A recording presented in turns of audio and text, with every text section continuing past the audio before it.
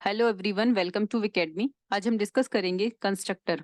सी plus plus में constructor किस तरीके से वर्क करता है। कंस्ट्रक्टर क्या है? एक स्पेशल टाइप का मेथड होता है जो डेटा मेंबर्स को इनिशियलाइज करने के लिए यूज होता है। जैसे ही हम क्लास का ऑब्जेक्ट बनाते हैं, कंस्ट्रक्टर इन्वोक हो जाएगा और वो डेटा मेंबर्स की वैल्यू को क्या कर देता है? इनिशियलाइज कर देता है। इसकी डेफिनेशन देखिए, a constructor is a special type of a member function. Constructor क्या है? एक स्पेशल टाइप का मेंबर फंक्शन है which is use to initialise the data members, जो डेटा मेंबर्स को इनिशियलाइज करने के लिए यूज होता है। For an object of a class automatically, यानी अपने आप करेगा। कब करता है? When an object of the same class is created. जैसे ही हम क्लास का ऑब्जेक्ट बनाएंगे, कंस्ट्रक्टर इन्वोक हो जाता है और वो डेटा मेंबर्स की वैल्यू को क्या कर देता है? इनिशियलाइज कर देता है। कुछ इंपॉर्टेंट पॉइंट्स हमें जो ध्यान में रखने हैं कंस्ट्रक्टर के बारे में। The name of the constructor is same as its class name. ये हमें याद रखना है कि जो कंस्ट्रक्टर का नेम है वो क्लास नेम के जैसा ही होता है, बिल्कुल same. Constructor is invoked at the time of object creation. ये सारे क्वेश्चन एक एक नंबर में पूछे जा सकते हैं कि कंस्ट्रक्टर का नाम क्लास नेम के सेम रहेगा और डिफरेंट, तो ये ध्यान रखना है, सेम रहेगा। कंस्ट्रक्टर कब इन्वोक होता है? ऑब्जेक्ट के क्रिएशन के टाइम पर। ये भी पूछा जा सकता है कि व्हेन कंस्ट्रक्टर इज इन्वोक्ड, तो ये हमें ध्यान रखना है, at the time of object creation. Constructor do not return value. Constructor कोई भी वैल्यू रिटर्न नहीं करता, मींस इसका कोई भी रिटर्न टाइप नहीं होगा, इवन वॉइड भी इसका रिटर्न टाइप नहीं होगा। One can not inherit a constructor. Constructor को इनहेरिट भी नहीं किया जा सकता। अब देखिए, कंस्ट्रक्टर को अगर हम डिफाइन करते हैं तो ये सेम वैसे ही है जैसे हम मेंबर फंक्शंस को डिफाइन करते थे, विद इन द क्लास और आउटसाइड द क्लास। अगर आपने मेंबर फंक्शंस की वीडियो नहीं देखी है तो पहले आप वो वीडियो देखें, अच्छे से समझ में आएगा कि मेंबर फंक्शंस क्या हैं और हम किस तरीके से उन्हें यूज करते हैं। अब हम कंस्ट्रक्टर यहाँ पढ़ रहे हैं, तो कंस्ट्रक्टर में हम कंस्ट्रक्टर को किस तरीके से डिफाइन करेंगे? विद इन द क्लास और आउटसाइड द क्लास। बिल्कुल वैसे ही सेम है जैसे मेंबर फंक्शंस को करते हैं, बस यहाँ पर जो चीज हमें ध्यान में रखनी है वो ये है कि यहाँ पर जो नाम रहेगा कंस्ट्रक्टर का वो क्लास नेम के सेम रहेगा। फॉर एग्जाम्पल, हम क्लास नेम यहाँ पर मान लो डेमो हमने लिया, तो हमारा कंस्ट्रक्टर इस तरीके से बनेगा। ये हमारा कंस्ट्रक्टर है, यहाँ कंस्ट्रक्टर की बॉडी रहेगी और ये हमारा कंस्ट्रक्टर का नेम जो बिल्कुल सेम रहेगा क्लास नेम के। ये भी हम पढ़ेंगे एग्जाम्पल्स में। और अगर हम आउटसाइड द क्लास इसको डिक्लेयर करते हैं तो हम वैसे ही करेंगे, सिर्फ स्कोप रिजोल्यूशन ऑपरेटर यूज करेंगे जैसे हमने member function outside the class किए थे। अब देखिए, अगर हम कोई भी कंस्ट्रक्टर डिफाइन नहीं करते हैं तो क्या होता है? सी प्लस प्लस का जो कंपाइलर है वो ऑटोमेटिकली एक डिफॉल्ट कंस्ट्रक्टर को क्रिएट कर देता है जिसके जो बॉडी रहेगी वो एम्प्टी रहेगी और उसमें कोई भी पैरामीटर नहीं रहेगा। ये ध्यान में रखना है। If you do not define a constructor in a class, अगर हम क्लास के अंदर कंस्ट्रक्टर को डिफाइन नहीं करते हैं तो क्या होगा? सी प्लस प्लस का जो कंपाइलर है वो ऑटोमेटिकली एक डिफॉल्ट कंस्ट्रक्टर को क्रिएट कर देगा विद एम्प्टी कोड, यानी उसकी जो बॉडी रहेगी वो बिल्कुल खाली रहेगी और उसमें कोई भी पैरामीटर नहीं होगा। अब हम अगर देखें कंस्ट्रक्टर के टाइप्स, तो कंस्ट्रक्टर हमारे पास तीन तरीके के होते हैं: डिफॉल्ट कंस्ट्रक्टर, पैरामीटराइज्ड कंस्ट्रक्टर और कॉपी कंस्ट्रक्टर। देखिए, डिफॉल्ट कंस्ट्रक्टर, पैरामीटराइज्ड और कॉपी कंस्ट्रक्टर, हम एक एक करके तीनों कंस्ट्रक्टर्स को पढ़ेंगे। डिफॉल्ट कंस्ट्रक्टर क्या होगा? जिसके अंदर कोई भी आर्ग्यूमेंट नहीं होता। अ कंस्ट्रक्टर विदाउट एनी आर्ग्यूमेंट्स, यानी विदाउट पैरामीटर्स और with default values for every argument. अगर आप कुछ भी पास करो तो वो क्या देगा? हमेशा डिफॉल्ट वैल्यूज, या फिर उसके अंदर कोई भी पैरामीटर नहीं होगा। दूसरा है पैरामीटराइज्ड कंस्ट्रक्टर, जिसमें हम कुछ स्पेसिफिक नंबर ऑफ पैरामीटर्स को, स्पेसिफिक नंबर ऑफ आर्ग्यूमेंट्स को पास कर सकते हैं। वो हमारा कैसा रहेगा? Parameterised constructor. और तीसरा हम पढ़ेंगे कॉपी कंस्ट्रक्टर। कॉपी कंस्ट्रक्टर में क्या है? ये इनिशियलाइज करता है, मतलब वैल्यूज को। जैसे ही हमने कोई नया ऑब्जेक्ट बनाया तो वो पुराने ऑब्जेक्ट की कॉपीज वैल्यूज को उसमें कॉपी कर देगा।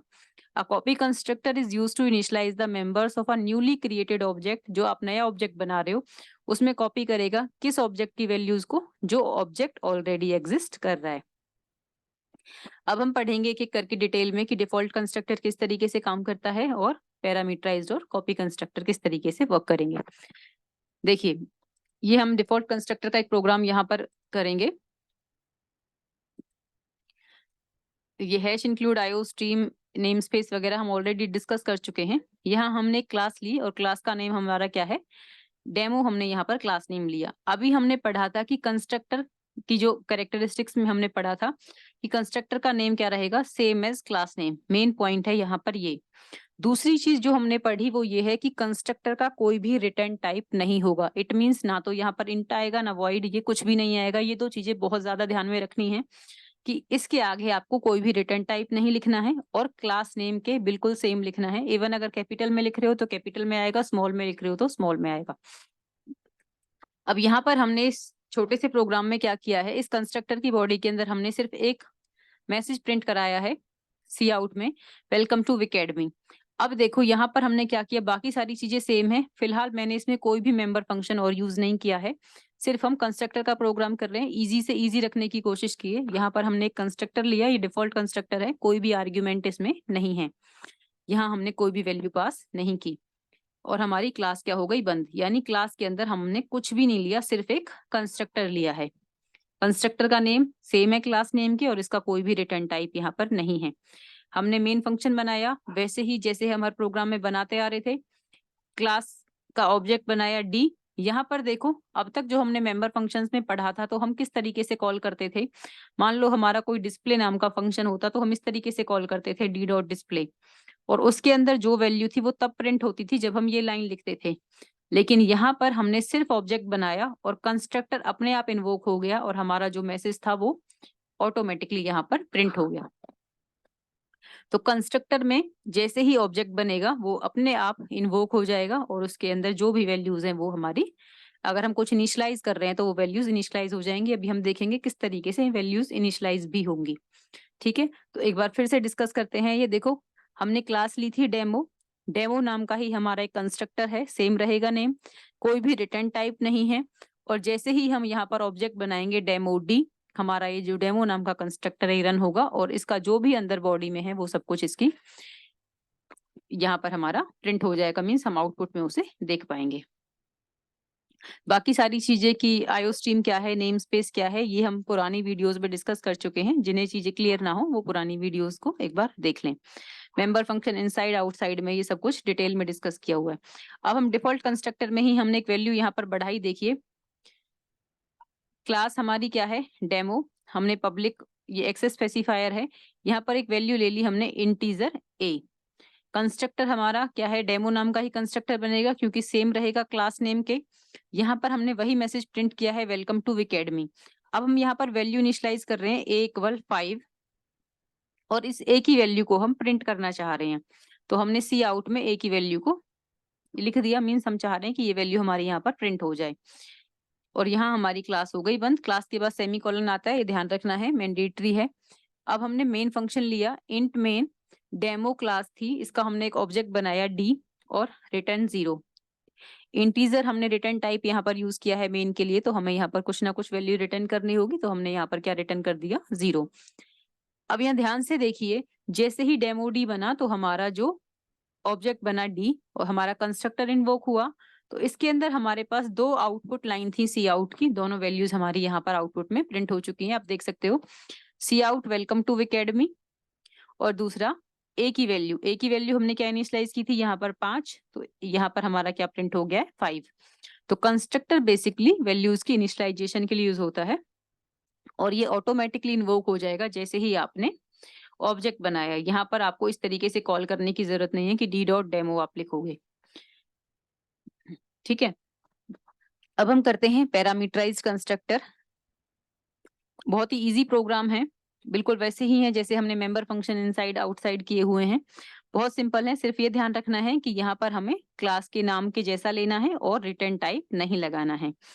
अब देखिए पैरामीटराइज्ड कंस्ट्रक्टर में क्या है, ये भी बहुत सिंपल सा प्रोग्राम है, बाकी सारी चीजें सेम है। यहाँ हमने क्या लिया, क्लास ली है एक डेमो, एक्सेस स्पेसिफायर है पब्लिक, दो वैल्यूज हमने यहाँ पर ली हैं, इंटीजर टाइप की हैं a और b।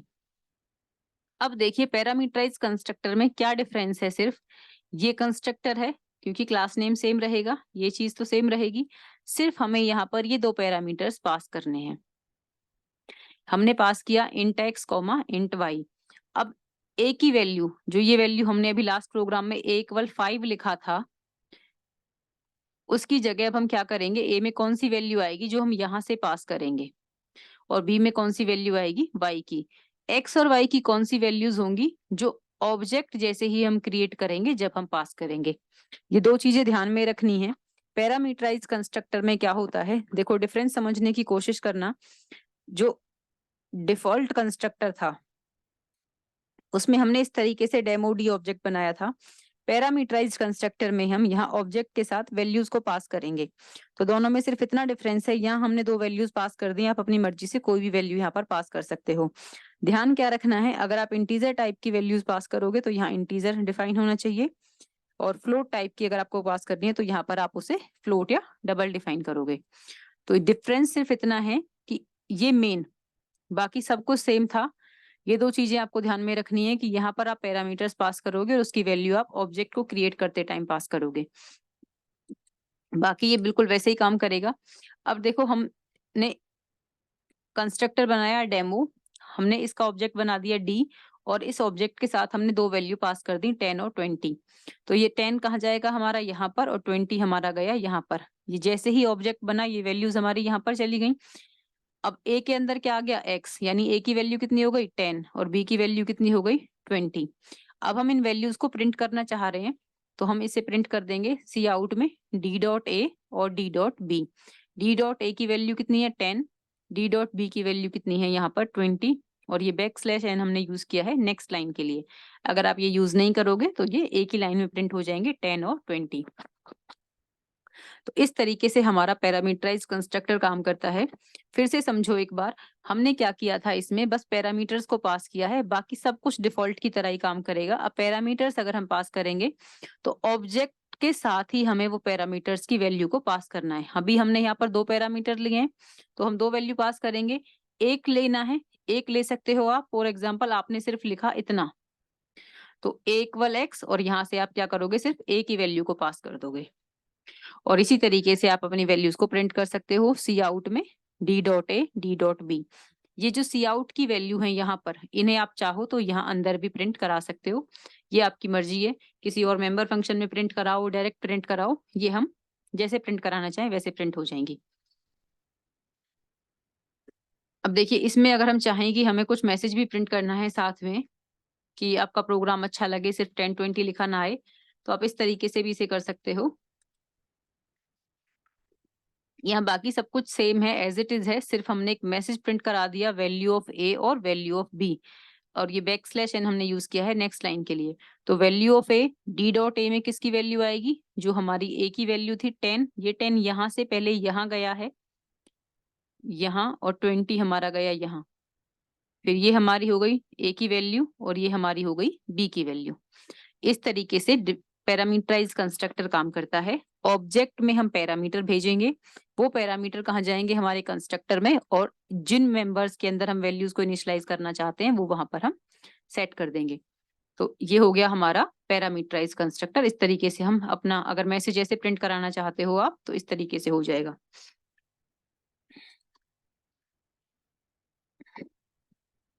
देखो, अगर इस तरीके से एक ही लाइन में प्रिंट करना है तो आप ऐसे भी कर सकते हो, सी आउट वैल्यू ऑफ ए, ए की वैल्यू प्रिंट करा दी, वैल्यू ऑफ बी, बी की वैल्यू प्रिंट करा दी। तो इस तरीके से भी आप एक ही लाइन में सारा सी आउट का लिख सकते हो। ये बस अलग अलग तरीके से लिखने का प्रोसीजर वो है, और बाकी सब कुछ सेम है। ये हमारा पैरामीटराइज कंस्ट्रक्टर है, ये इसकी ऑब्जेक्ट का क्रिएशन है। ऑब्जेक्ट के पर हम यहाँ वैल्यू पास करेंगे और हमारा ये वर्क करेगा। अब इसमें क्या है कि अगर आप एक से ज्यादा ऑब्जेक्ट बनाओगे तो भी ये काम करेगा। जैसे देखो, मान लो हमने यहाँ पर 2 ऑब्जेक्ट बनाए, डी और डी1।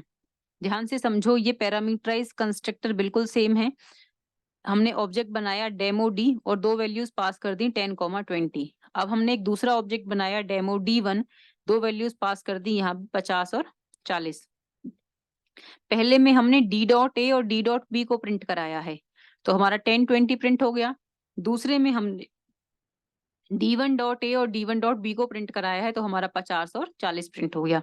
इस तरीके से आप एक ही क्लास के लिए कितने भी ऑब्जेक्ट बना सकते हो, और कंस्ट्रक्टर की वैल्यूज को कितनी भी बार आप रन कर सकते हो। अलग अलग वैल्यूज को आप पास करके जितने ऑब्जेक्ट्स बनाओगे उतनी ही बार वो कंस्ट्रक्टर आपका रन होगा, ये आपको ध्यान में रखना है। तो इस तरीके से हमारा पैरामीटराइज कंस्ट्रक्टर वर्क करता है। अब हम देखेंगे कॉपी कंस्ट्रक्टर किस तरीके से हमारा काम करेगा।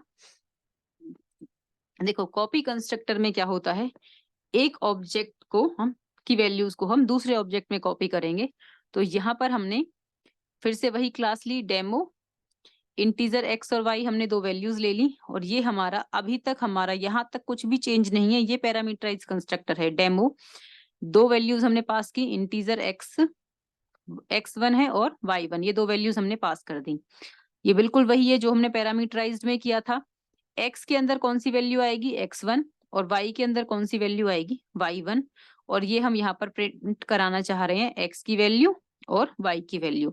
यहाँ तक ये बिल्कुल सेम है, बल्कि ये पैरामीटराइज कंस्ट्रक्टर ही है। यहाँ तक आप ध्यान से देख सकते हो, यहाँ पर हमने एक ऑब्जेक्ट बनाया हुआ है D1, जिसमें दो वैल्यूज को पास किया है 10 और 15, यानी ये पैरामीटर्स हैं।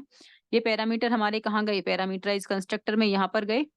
यहाँ वैल्यू कितनी आ गई, 10, तो x की वैल्यू हमारी कितनी हो गई 10, और हमारे y की वैल्यू कितनी हो गई, जो y1 की है, y1 की कितनी गई थी यहाँ से हमारी वैल्यू 15, ये हमारी थी 10, तो ये आ गई 10 और ये आ गई 15। यहाँ हमारा सी आउट में x प्रिंट हो गया 10 और y प्रिंट हो गया हमारा 15। अब देखिए, ये है मेन कॉपी कंस्ट्रक्टर। इसमें हम क्या करते हैं, ये चीज हमें ध्यान में रखनी है, कॉन्स्ट डेमो एंड और D1, ये एड्रेस ऑपरेटर है। क्या कॉपी कर रहे हैं हम, D1 को। D1 ऑब्जेक्ट है हमारा ये वाला, और इसे लिखने का क्या तरीका है, डेमो क्लास नेम है, D2 हमारा ऑब्जेक्ट है, उस ऑब्जेक्ट में हमने कॉपी क्या किया है, D1 को। यानी जो भी वैल्यू D1 की है वो सब किस में आ जाएंगी, हमारी D2 में आ जाएंगी। इस तरीके से हमारा क्या काम करेगा, कॉपी कंस्ट्रक्टर। तो यहाँ पर हम अगर इसे रन करें तो D1.x और D1.y ये इस तरीके से हमारा काम करेगा।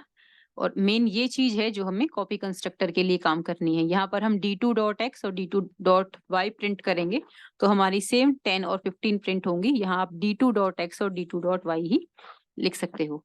ठीक है, इस तरीके से हमारा क्या काम करेगा, कॉपी कंस्ट्रक्टर। मेन जो आपको ध्यान में रखना है वो सिर्फ एक ये लाइन है और एक ये लाइन है। D2 के अंदर आप D1 की वैल्यूज को लेकर आ रहे हो। यहाँ पर आप D2.x D2.y भी लिख सकते हो और इन वैल्यूज को D2 की हेल्प से और भी कहीं आप प्रिंट करा सकते हो। अब हम लास्ट एक बार देखते हैं कि कंस्ट्रक्टर अगर हमें क्लास के बाहर डिक्लेयर करना है, डिफाइन करना है सॉरी, तो हम किस तरीके से करेंगे। देखो, सेम ऐसे ही है जैसे हम मेंबर फंक्शन आउटसाइड क्लास कर रहे थे। तो यहाँ पर हमने कंस्ट्रक्टर लिया, क्लास का नेम है हमारा डेमो, डेमो ही कंस्ट्रक्टर हो जाएगा। एक पैरामीटराइज कंस्ट्रक्टर लिया है जिसको हमने एज इट इज डिक्लेयर कर दिया, जैसे हम मेंबर फंक्शन को डिक्लेयर करते थे। बस यहाँ पर जो हमें ध्यान रखना है, रिटर्न टाइप यहाँ पर हमारा नहीं है। अब मेंबर फंक्शन को जैसे हम डिफाइन करते थे वैसे ही क्या करेंगे, यहाँ पर हमने लिखा class name, scope resolution operator, constructor name और जो पैरामीटर्स हम यहाँ पर पास करना चाहते हैं। तो ए की वैल्यू x और बी की वैल्यू y, ये तो हमने एज इट इज किया है पैरामीटराइज कंस्ट्रक्टर में।